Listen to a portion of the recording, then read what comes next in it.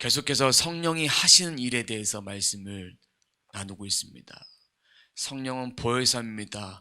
보호자로서 우리들에게 오셔서 우리를 돕는 자로 우리와 이 땅에서 함께 하십니다. 예수님이 부활 승천하지 않으셨다면 보혜사가 오실 수가 없습니다. 오늘 본문은 아니지만 7절 말씀에 보면 내가 가는 게 유익하다고 말씀하신 이유는 그 보혜사가 오셔야 되기 때문에, 그리고 주님이 부활 승천하셔서 하나님 보좌 우편에 앉아 계셔서 우리를 위해서 천국의 처소를 예비하기 위해서 가셨다라는 것입니다. 근데 그분이 오셔서 제자들에게 말씀을 생각나게 하시고 깨닫게 하시는데, 그럼 그분이 오셔서 어떤 일을 증거하시느냐? 오늘 본문 읽었던 9절 말씀 함께 같이 보도록 하겠습니다. 그가 와서 죄에 대하여 의에 대하여 심판에 대하여 세상을 책망하시리라. 세상을 책망하시는데 죄, 의, 심판에 대해서 책망하신다라는 얘기입니다. 책망하다라는 얘기는 헬라어로 엘링코라고 합니다. 무슨 말이냐면 드러나다, 폭로하다, 바로 잡아주시다, 똑바로 잡아주시다. 죄에 대해서, 의에 대해서, 심판에 대해서 똑바로 잡아주시는 거예요. 바른 것을 알려주시는 분이에요. 이 보혜사는요, 선생님이에요. 우리가 알지 못한 것들을 알게 하시는 그런 분이십니다. 그러면 죄에 대해서 어떤 것을 알려주시는지 9절 말씀 함께 봅니다. 죄에 대하여라 함은 그들이 나를 믿지 아니하며, 하나님을 믿지 않는 것, 예수님을 믿지 아니한 것이 죄인 거예요. 하나님 말씀대로 살지 않는 것이 죄인 거예요. 죄라는 말은요, 헬라어로 하마르티아라고 합니다. 하마르티아는 뭐냐면 관역에서 벗어나다라는 얘기입니다. 관역에서 벗어나다. 그러면 죄란 것은 무엇이냐? 우리가 이 땅에 태어나면서부터 우리는 죄를 가지고 태어납니다. 왜냐하면 아담이 지었던 원죄를 우리가 다 가지고 태어나서 하나님과 단절됨을 갖고 태어나는데, 주님이 오늘 말씀을 통해 어떻게 말씀하신지 보도록 하겠습니다. 요한일서 1장 8절부터 10절까지 말씀 보도록 하겠습니다. 요한일서 1장 8절부터 10절, 8절 먼저 보도록 하겠습니다. 만일 우리가 죄가 없다고 하면 스스로 속이며 진리가 우리 속에 있지 아니할 것이요. 우리가 죄가 없는 자라면 하나님께서 거짓말쟁이에요. 우리는 죄인입니다. 왜요? 하나님과 단절된 상태로 이 땅에 태어났기 때문에, 그리고 이 안에 악한 본성을 가지고 태어난 거예요. 시기와 질투와 염려와 걱정과 시샘과 탐욕과 욕망을 가지고 우리는 항상 태어나고 그 일들을 행하고 있습니다. 그런데 죄가 없다고 하면 스스로 속이는 자예요. 그것이 진리니까. 그런데 진리가 우리 속에 있지 않냐는 거예요. 왜요? 하나님이 계시는데 우리는 죄가 없다라고 말하는 것은 우리 자신한테도 거짓말이지만 하나님께도 거짓말하는 것입니다. 9절입니다. 만일 우리가 우리 죄를 자백하면 그는 미쁘시고 의로우사 우리 죄를 사하시며 우리를 모든 불의에서 깨끗하게 하실 것이요. 우리가 죄인이 아닌데 자백할 것이 있을까요? 없을까요? 없어요. 우리가 죄인이기 때문에 신실하신 하나님께서 우리의 죄를 고백할 때 깨끗하게 사해 주신다. 예수님을 믿을 때 비로소 우리가 그 죄가 사해지고 하나님과 단절된 관계가 연결되어지는 거예요. 막혀진 관계가 연결되어지는 거예요. 10절입니다. 만일 우리가 범죄하지 아니하였다면 하나님은 거짓말하는 이로 만드는 것이니 또한 그의 말씀이 우리 속에 있지 아니하니라. 우리는 범죄했습니다. 아담의 죄로 인해서 죄악의 씨를 갖고 태어났습니다. 부정한 자입니다. 죄인입니다. 그런데 우리가 범죄하지 아니했다면 하나님을 거짓말쟁이로 만드는 거예요. 그러니까 이 마음에 악한 마음이 가지고 있는 자는 오늘 말씀처럼, 본문의 그런 말씀처럼 나를 믿지 않냐는 거예요. 세상에 많은 사람들이 예수를 믿지 않는 사람들이 많습니다. 예수님 시대에도 마찬가지고 지금 시대도 믿지 아니하는 거예요. 우리는 죄인이라는 사실을 인정하고 그분 앞에 고백할 때 우리가 의롭게 되어질 수 있습니다. 성령님은 그에 대해서 말씀해 주시는 거예요. 죄란 하나님을 믿지 아니하는 거. 예수 그리스도를 믿지 아니한다라고 성경에 분명히 기록해 주고 있습니다. 두 번째입니다. 의에 대하여라 함은 10절입니다. 내가 아버지께로 가니 너희가 다시 나를 보지 못하며. 자, 예수님은 부활 승천하셨어요. 이 땅에 십자가를 지기 위해서 오셨고 부활하셨고 제자들과 며칠 계셨습니까? 40일을 계셨어요. 40일 계시면서 제자들에게 내가 너와 함께 하겠다라는 증표로 무엇을 주셨냐?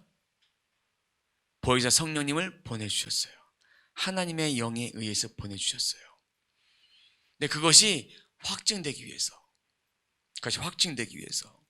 그것이 성경대로 3일 만에 죽으셨다가 3일 만에 부활하신 거예요. 구약에도 예수님이 오신다라고 메시아라고 분명히 예언하시고 있어요. 그 사실을 주님이 직접 이 땅에 오셔서 몸으로 보여주셨어요. 근데 사람들이 오해하고 있는 것이 있습니다. 예수님이 죄인이라고 오해하고 있습니다. 왜요? 유대인들은 예수님을 신성모독죄를 했다. 왜 신성모독죄냐면 하나님의 아들이란 말이 그들에겐 신성모독죄예요. 왜냐하면 하나님의 이름이 거룩한 분인데 인간의 몸을 갖고 온 그 자가 어떻게 하나님의 아들이 되냐라는 것에 대해서 신성모독죄로 예수님을 잡아 죽였어요. 근데 그 십자가형은 어떤 십자가형이냐? 가장 중죄를 범한 자들이 십자가에 달려 죽는 거예요. 그리고 가장 죄인 중에 죄인, 괴수 중에 괴수를 위해서 주님이 십자가를 지신 거예요. 아무런 죄가 없으신 주님이에요. 바울 서신이나 베드로 서신에 읽어보면 예수님은 죄가 없으시다고 말씀해 주고 있습니다. 죄가 없는데 우리를 위해서 십자가 지기 위해서, 우리의 죄를 회복시키기 위해서 이 땅에 오셨다. 그 증거를 보여주시는 것입니다. 그러기 위해서 제물 되시고 구원해 주시고 우리들에게 영생의 은혜를 부어주신 거예요. 우리가 주님이 아니고서는 영생의 은혜를 받을 자가 없습니다. 왜요? 우리는 이미 죄인이기 때문에 그 죄를 깨끗하게 하시는 분이 바로 예수 그리스도의 보혈의 피밖에 없다라는 것입니다. 세 번째, 11절입니다. 심판에 대하여라 함은 이 세상 임금이 심판을 받았습니다. 이 세상의 임금이 누구일까요? 이 세상의 임금, 사단이에요. 하나님 말씀에 복종하지 않는, 베드로 서신 가운데 나와 있는 하나님 말씀 가운데 불순종하는 사탄 마귀. 그 마귀가 이미 심판을 받았어요. 이미 죽기로 작정되었어요. 그러니까 주님이 다시 오신 다음에 그들은 음부에 다 지옥 형벌을 받는데, 근데 우리가 왜 심판받은 그런 마귀한테 고통을 당해야 될까? 말씀을 좀 몇 구절 읽어보도록 하겠습니다. 베드로전서 5장 8절과 9절 말씀입니다. 베드로전서 5장 8절 9절 말씀 함께 보도록 하겠습니다. 근신하라, 깨어라, 너희 대적 마귀가 오는 사자와 같이 두루 다니며 삼킬 자를 찾나니. 이 마귀가 심판은 받았지만 마귀가 우리를 항상 시험하고 계세요. 우는 자 삼킬 자 같이 우리를 삼키는 거예요. 대적한 마귀가 사자같이 우리를 집어 삼켜 먹이려고, 우리를 예수 그리스도 안에서 떼어내려고 그렇게 우리를 계속해서 시험하고 있습니다. 9절입니다. 너희는 믿음을 굳건하게 하여 그를 대적하라. 뭐라고요? 대적하라. 이는 세상에 있는 너희 형제들도 동일한 고난을 당하는 줄 압니다.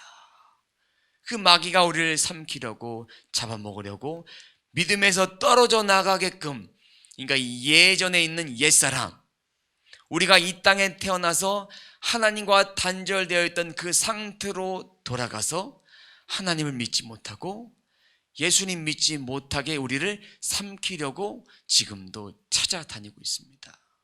근데 그 삼킴은요, 우리가 믿음이 연약해질 때 그때 우리를 막 삼킵니다. 우리가 은혜가 떨어지려고 했을 때 그때 우리를 막 삼키려고 합니다. 그때 조심하셔야 돼요. 내 믿음, 우리 자신이 지킬 수 없는 거예요.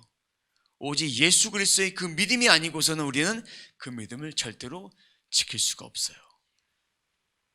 이런 고난은요, 모든 믿음의 사람들이 다 고난을 다 당하는 거예요. 왜 나에게만 그렇게 하십니까? 라고 말해서 안 되는 거예요. 이거를 통해서, 이 고난을 통해서 주님은 우리를 정금으로 다시 세우시는 거예요. 금은 녹아서 다 없어져 버려요. 근데 금보다 더 귀한 그런 자로 만들어 주시는 거예요. 정금을 만드시는 거예요. 꽃은 시들고 풀은 마르고, 그러나 주의 말씀은 영원히 쇠하지 않는다, 영원히 마르지 않는다라는 그런 말씀 우리는 다 할 것입니다. 에베소서 말씀 함께 보도록 하겠습니다. 에베소서 6장 11절부터 13절 말씀입니다. 함께 읽습니다. 11절 시작. 마귀의 간계를 능히 대적하기 위하여 하나님의 전신갑주를 입으라. 12절 13절 읽습니다. 우리의 씨름은 혈과 육을 상대하는 것이 아니요 통치자들과 권세들과 이 어두움의 세상 주관자들과 하늘에 있는 악의 영들을 상대함이라. 그러므로 하나님의 전신갑주를 취하라. 이는 악한 날에 너희가 능히 대적하고 모든 일을 행한 후에 서기 위함이라. 아멘. 자, 이 말씀은요, 로마 시대의 군인들을 상징하면서 군인들이 전쟁에 나갈 때 전신갑주를 취합니다. 방패도 갖고 또 투구도 갖고 검도 갖고 창도 가지면서 무기를 통해서 전쟁에 지지 않도록 그렇게 전신갑주를 취합니다. 우리도 말씀으로 성령으로 전신갑주를 취하는 거예요. 그것이 바로 말씀이고 그것이 바로 예수 그리스도고 그것이 바로 성령의 힘을 힘입어 그렇게 능히 마귀의 간계를 이기고 남을 수 있는 것입니다. 오늘도 하루 살아가시면서 마귀에게 우리는 유혹을 당했습니다. 생각으로, 감정으로, 그리고 우리의 행동으로. 나는 그러고 싶지 않은데 우리 마음이 이상하게 다른 데로 빼앗길 때가 있습니다. 그리고 주님 생각하지 못하게 하고 세상에 있는 그 생각들을 하게 만듭니다. 원망하게 만들고 또 우리 마음에 슬픔을 가져다 주고, 이런 것들을 우리 가운데 마귀의 간계로 우리를 항상 공격을 하고 있습니다. 그런데 우리의 전쟁은 어떤 전쟁입니까? 이 땅의 사람들과의 전쟁이 아닙니다. 영적인 전쟁이에요. 정사와 권세자들의 그런 전쟁, 혈과 육의 전쟁이 아닙니다.